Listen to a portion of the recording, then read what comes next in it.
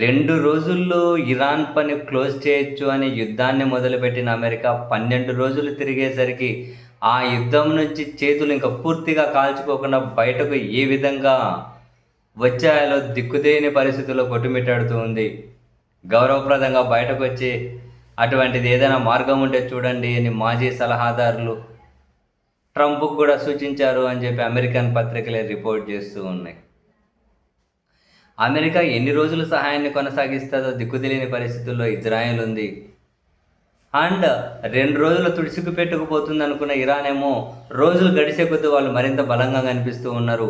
10 సంవత్సరాలైనా ఇలా యుద్ధం చేయడానికి మేము సిద్ధంగానే ఉన్నాం రండి అంటోంది ఇరాన్. సీన్ కట్ చేస్తే దీంతో ప్రత్యక్షంగా పరోక్షంగా సంబంధం ఉన్న జనం అందరూ అల్లాడిపోతూ ఉన్నారు.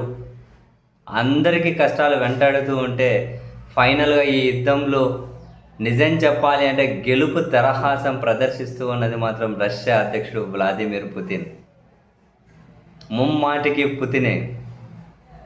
అమెరికా అధ్యక్షుడిగా డొనాల్డ్ ట్రంప్ రెండోసారి అయిన తర్వాత రష్యాలోని అతిపెద్ద ఆయిల్ కంపెనీల మీద ఆంక్షలు విధించారు. రష్యాకు అతిపెద్ద చమురు కొనుగోలుదారుడైనటువంటి భారతదేశాన్ని బెదిరించి దారికి తెచ్చుకున్నాడు. మిగిలిన అన్ని దేశాల మీద ఆంక్షలు విధించారు. సో రష్యా పరిస్థితి అటు ఉక్రెయిన్లో యుద్ధానికి ఖర్చు పెడుతూ ఇక్కడ ఆయిల్ రేటు లేకుండా పోయి ఆయిల్ కొనే వాళ్ళు తగ్గిపోయి, ఎందుకంటే రష్యా 45% ఆయిల్ మీద ఆధారపడి బ్రతుకుతూ ఉంటుంది. ఆ ఆయిల్ తర్వాత ఆయుధాలు ఈ విధంగా. సో ఆయిలే కుదేలైపోయిన పరిస్థితి వస్తే అక్కడ ఒక వాళ్ళ రెవెన్యూ డెఫిసిట్ వచ్చే పరిస్థితి వచ్చింది. సో ఇటువంటి పరిస్థితుల మధ్య రష్యాకు దిక్కుది లేకుండా ఉండే.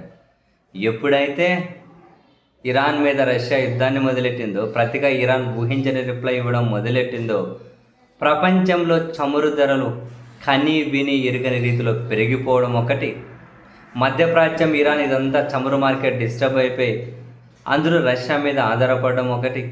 సో అందుకని చెప్పి రష్యా ఎవరికి డిస్కౌంట్ ఇవ్వకుండా ఉన్న ధర కంటే ఎక్కువ ప్రీమియం ధరలకు చమురు గ్యాస్ అమ్మే పరిస్థితి. అసలు రష్యా బడ్జెట్ గలగల కలకలలాడిపోతూ ఉంది. రష్యా ఏమంటారు, వాళ్ళ గల్లపెట్టె గలగల కలకలలాడుతూ ఉంది. అక్కడి నుంచి కొనాల్సి వస్తుంది, ఎక్కువ రేటుకి అమ్ముతూ ఉన్నారు. ఆంక్షలు లేవు, ఇప్పుడు పడకోసలు ఏం లేవు. అమెరికా కూడా భారతదేశానికి గ్రీన్ సిగ్నల్ ఇచ్చింది కదా, పోయి పండగ చేసుకోపండి, 4 రోజులు కొనుక్కోపండి అని.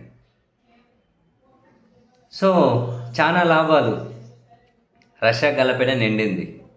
ఇదొకటే లాభమా? ఇదొకటే లాభం అని కాదు కదా, ఆయుధాలు. ఇప్పుడు రష్యా మళ్ళీ ఇరాన్కి బాగానే ఆయుధాలు అమ్ముతూ ఉంది. సో దాని నుంచి కనుక వాళ్ళకి డబ్బులు వస్తుంది. ఇదొకటేనా?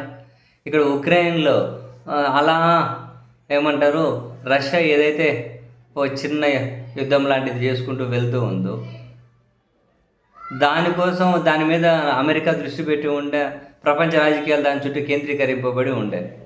ఉక్రెయిన్కి ఆయుధాలు, ఉక్రెయిన్కి ఆర్థిక సహాయం చేస్తూ ఉండే అమెరికా. వాళ్ళు ఎప్పుడైతే ఇరాన్ వైపు వెళ్ళిపోయారో అమెరికా, ఇక్కడ ఉక్రెయిన్ వదిలేశారు.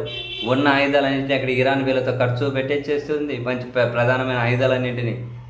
డబ్బు ఇప్పటికే చేతులు కాల్చుకున్నారు. అమెరికా ప్రజలు ట్రంప్ మీద ఫుల్ తీవ్ర అసహనంతో ఉన్నారు. సో ఇప్పుడు అమెరికా దృష్టి అంతా మధ్యప్రాచ్యంలో కేంద్రీకరింపబడి ఉంది. ఒక పక్క చమురు ధరలు పెరిగి రష్యా గల్లపెట్టె గలగల్లాడుతుంది. ఆయుధాల ద్వారా కూడా డబ్బులు సంపాదిస్తూ ఉన్నారు. అండ్ ఉక్రెయిన్లో పూర్తి పైచేయి సాధించే పరిస్థితి వస్తూ ఉంది. అమెరికా దృష్ట్యా లేకుండా పక్కకి వెళ్ళిపోయింది. సో ఏ విధంగా చూసుకున్నా కూడా ఈ యుద్ధంలో విజేత ఎవరు అంటే పుతినే. ఈ యుద్ధంలో విజేత పుతినే.